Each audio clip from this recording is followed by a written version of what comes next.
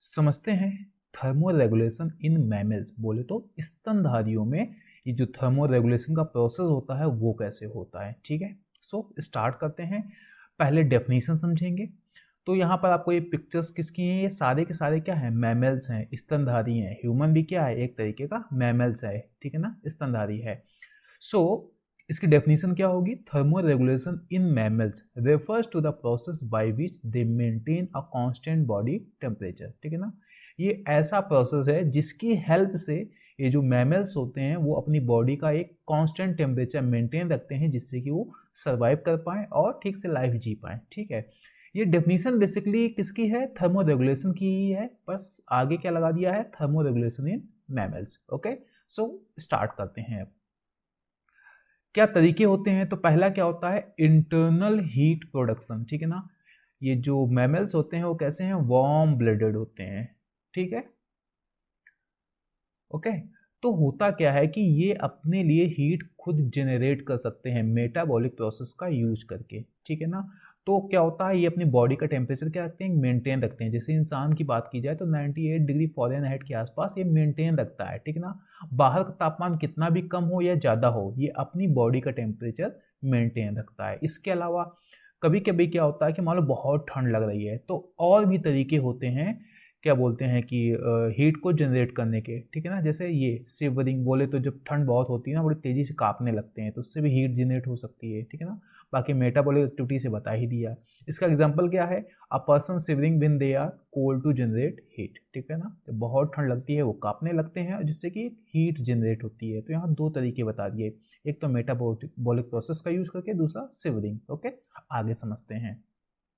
Insulation, mammals have various type of insulation to help retain body heat including fur, feathers and fat। ठीक है ना, body में fat होता है, उससे भी बॉडी हीट को क्या करते हैं, बनाए रखते हैं, रिटेन किए रखते हैं। ठीक है ना, इसका फर वगैरह भी होते हैं, जैसे कि ये जो बियर है, ठीक है ना, इसमें ये जो फर नज़र आ रहे हैं, बड़े बड़े जो बाल नज़र आ रहे हैं जाके, इससे क्या होता है कि ये ठंडे इन्वायरमेंट में भी खुद को गर्म रख पाता है। ठीक है ना, a bears thick fur coat helps to insulate its body and retain heat in cold environment. Okay, आगे समझते हैं।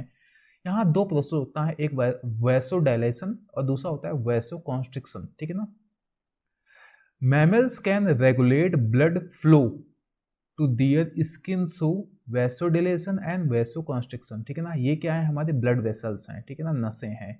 तो यहाँ पर आप देख रहे हैं, यहाँ पर नस काफ़ी चौड़ी हो गई, जिससे कि ब्लड का फ्लो काफ़ी ज़्यादा होगा, जबकि यहाँ पर क्या हो गया, ये काफ़ी सकरी हो गई। ठीक है ना, तो यहाँ पर क्या हो जाएगा, ब्लड का फ्लो कम हो जाएगा। तो हो क्या रहा है कि जिसमें ब्लड का फ्लो बढ़ रहा है, ठीक है ना, ये काफ़ी चौड़ी हो रही है, उसको बोलते हैं वैसोडाइलेशन। ठीक है ना, जिसमें सकरी हो जाती है नसें, उसको बोलते हैं वैसोकॉन्स्ट्रिक्शन।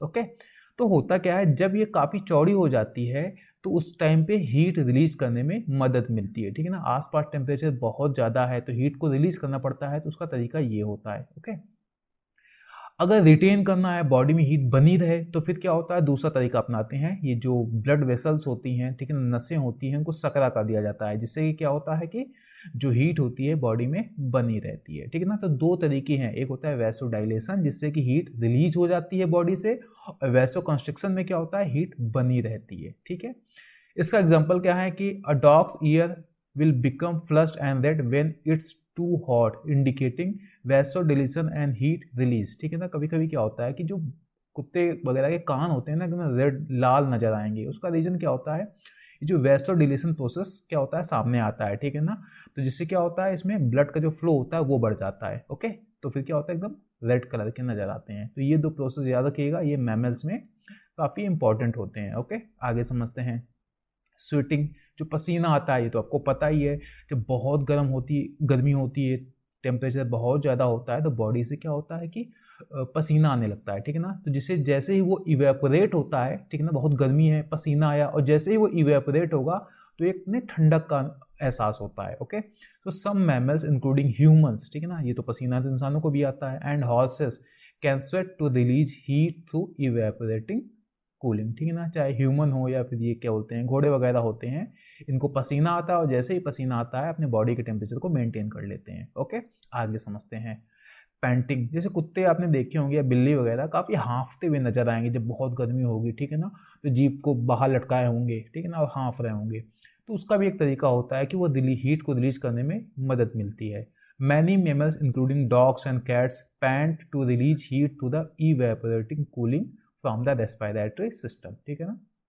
जब बहुत ज़्यादा गर्मी होती है, ये तेज़ी से हाँफते हैं जाके, ठीक है ना, जिससे क्या होता है कि धीरे धीरे खुद का टेम्परेचर को मेंटेन कर लेते हैं और हीट को रिलीज कर देते हैं। तो एक तरीका ये भी है पेंटिंग। आगे समझते हैं देखो है क्या। Mammals use variety of mechanism, ठीक है ना, आपने बताया एक मैंने इंटरनल हीट प्रोडक्शन के बारे में बताया, ठीक है ना, इंसुलेशन जिसमें फर वगैरह होते हैं, बॉडी में जो फैट होता है, ठीक है ना, वो blood flow regulation, vaso dilation and constriction, sweating बताई, पेंटिंग बताई, ठीक है ना। तो ये तरीके क्या है बेसिकली कि बॉडी के टेम्परेचर को मेंटेन करने का, ठीक है ना, होम्योस्टेसिस ऑफ टेम्परेचर। ओके, अगर ये ना हो पाए ना तो काफ़ी मुश्किल हो जाएगा। So these mechanism allow mammals to maintain a constant body temperature and survive in their environment. Okay, तो ये वो तरीके हैं, आप एक बार पर नज़र डाल लीजिए, अपने आप आपको याद हो जाएगा, ठीक है। तो ये वो तरीके हैं जिसकी हेल्प से ये जो मैमल्स होते हैं वो थर्मो रेगुलेशन करते हैं, ठीक है ना, यानी कि अपनी बॉडी का टेम्परेचर को मेंटेन रखते हैं। ओके।